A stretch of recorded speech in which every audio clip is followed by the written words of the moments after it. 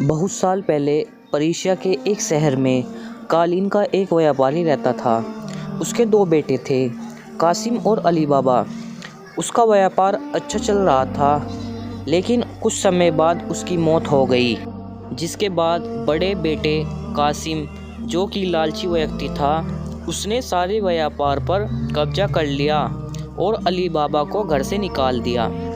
जिसके बाद अली बाबा और उसकी बीवी दूसरी जगह जाकर रहने लगे और गरीबों में अपना जीवन बिताने लगे।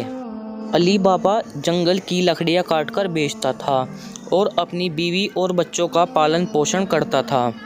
यह सब ऐसे ही चल रहा था कि एक दिन अली बाबा जंगल में लकड़ियाँ काट रहा था, तो उसने 40 घुड़सवार को जंगल में से गुजरते हुए देखा। वह एक पेड़ के पीछे छिपकर यह सब देख रहा था।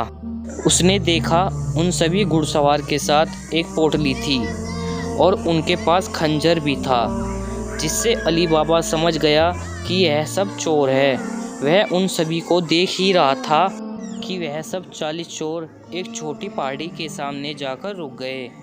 उन चोरों के सरदार ने पहाड़ी के सामने जाकर खुल जा सिमसिम बोला, जिसके बाद पहाड़ी में से एक खुफिया दरवाज़ा खुल गया और सारे चोर अंदर चले गए। यह सब देखकर अली बाबा बहुत हैरान हो गया। वह उस पहाड़ को ऐसे ही कुछ समय देख रहा था कि वह खुफिया दरवाज़ा फिर खुला और उसमें से 40 चोर निकले। उनके सरदार ने पहाड़ी से कहा कि बंद हो जा सिमसिम। जिसके बाद वह खुफिया दरवाज़ा बंद हो गया और 40 चोर वहाँ से चले गए। अली बाबा को बहुत जानने की इच्छा हुई कि आखिर उस दरवाजे के अंदर है क्या। वह यह सब जानने के लिए उस पहाड़ के पास गया और जो चोरों के सरदार ने शब्द बोले थे वही बोलने लगा, खुल जा सिमसिम। उसके यह बोलने के बाद दरवाज़ा फिर खुल गया और अली बाबा गुफ़ा के अंदर चला गया। गुफ़ा के अंदर अली बाबा ने जाकर देखा कि गुफ़ा में बहुत सा सोना, चांदी, हीरे, जवाहरात और सोने के सिक्के रखे थे। वह यह सब देखकर बहुत खुश हो गया। उसको समझ आ गया था कि सभी चोर अपनी चोरी और लूट का माल उस पहाड़ी की गुफ़ा में छुपाते हैं। उसने कुछ सोने के सिक्के एक पोटली में भरे और बंद हो जा सिमसिम बोलकर उस गुफ़ा का दरवाज़ा बंद करके वहाँ से चला आया। उसने यह सारी बात जाकर अपनी बीवी को बताई और वह सिक्के दिखाए, जिससे उसकी बीवी बहुत खुश हो गई। अली बाबा ने अपनी बीवी को सोने के सिक्के गिनने के लिए अपने बड़े भाई कासिम के घर जाकर तराजू लाने के लिए कहा और बोला कि किसी को इस बारे में ना बताए। अली बाबा की बीवी तभी कासिम के घर गई और उसकी बीवी से तराजू अनाज तोलने के लिए मांगा।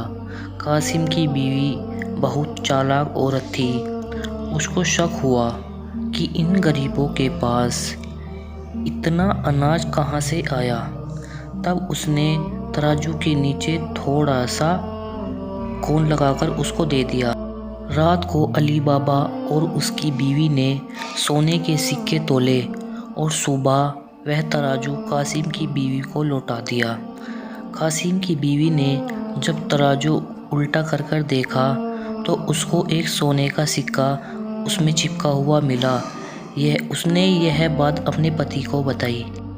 यह बात सुनकर कासिम अपने भाई अली बाबा के पास गया और उसको सहानुभूति दिखाकर उससे सारा राज जान लिया। अली बाबा ने उसको सारी बात बताने के साथ दरवाज़ा खोलने के लिए खुफिया शब्द खुल जा सिमसिम भी बता दिए। कासिम यह सब जानकर अपने साथ कुछ खंजर को लेकर उसी पहाड़ी के पास चला गया। उसने खुल जा सिमसिम बोला और दरवाज़ा खुल गया। जिसके बाद वह उसके अंदर चला गया। उसने अंदर जाकर बहुत सा खजाना देखा और उसने बहुत सारा खजाना भर लिया। लेकिन जैसे ही वह उस गुफा से निकलने के लिए वह खुफिया शब्द बोलने लगा तो वह शब्द भूल चुका था, जिससे वह उस गुफा में ही बंद हो गया। और कुछ देर बाद 40 चोर आए और दरवाज़ा खोलकर अंदर आए तो उन्हें कासिम मिला। उनको पता चल चुका था कि वह उनका खजाना लेने आया है, तो उन्होंने कासिम को मार दिया और उसकी लाश को वहीं छोड़कर चले गए।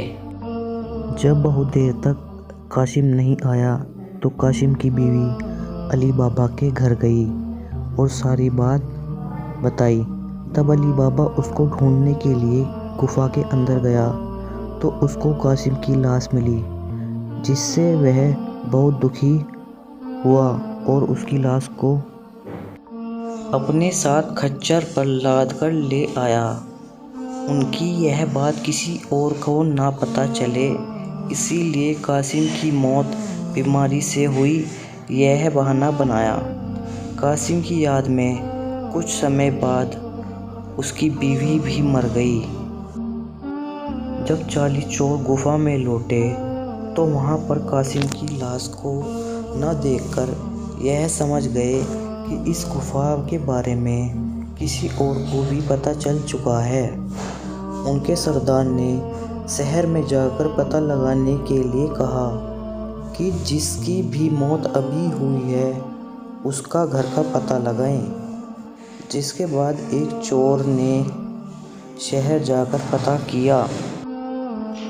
उसको अली बाबा के घर के बारे में पता चला, जिससे वह उस घर के दरवाजे पर एक क्रॉस का निशान बनाकर चला गया, जिससे सुबह उस घर की पहचान करके उस घर के सभी सदस्यों को मार सके। जब अली बाबा की बीवी ने अपने दरवाजे पर क्रॉस का निशान देखा तो वह समझ गई कि कुछ तो गड़बड़ है और अपने आसपास के सभी घरों में वही निशान बना दिए। जिसके बाद सुबह जब सरदार बाकी चोरों के साथ आया तो बहुत से घर में वही निशान बना देखकर परेशान हो गया और चला गया। वह बाद में फिर आया और अब की बार वह उस घर को सही से पहचान करके चला गया।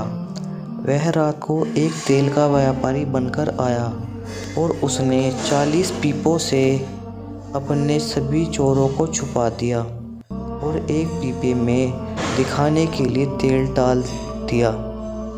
वह इन सब पीपों को खच्चर पर लादकर अली बाबा के घर चला आया। उसने अली बाबा को खुद को तेल का व्यापारी बताकर रात में रुकने की जगह मांगी और तेल का भरा हुआ एक पीपा भी दिखाया। अली बाबा ने उसको तेल का व्यापारी जानकर उसके रात में रुकने की बात मान ली और उसको खाना भी खिलाया। लेकिन अली बाबा की बीवी को उस पर शक हुआ तो उसने उसके पीपों को चेक किया और उसको थोड़ा ठकठका कर देखा तो उन सभी में से चोरों की आवाज़ आई। तब अली बाबा की बीवी ने तेल का भरा हुआ पीपों में से तेल लिया और उसको अच्छे से गर्म करके उन सभी 40 चोर वाले पीपों में डाल दिया, जिससे उन सभी 40 चोरों की मौत हो गई। जब उनके सरदार ने रात में आकर अपने चोरों को बाहर निकालने की आवाज़ दी तो कोई आवाज़ नहीं आई, जिससे उसने पीपा खोलकर देखा तो सब चोर मरे हुए थे। यह देखकर वह बहुत डर गया कि अली बाबा उसको भी ना मार डाले। इसी डर के मारे वह वहाँ से भाग गया और बहुत दूर चला गया। सुबह अली बाबा की बीवी ने सारी बात अली बाबा को बताई। अब 40 चोर के सब खजाने का मालिक केवल अली बाबा ही था और जिससे वह बहुत अमीर हो गया और खुशी खुशी अपनी बीवी और बच्चों के साथ रहने लगा।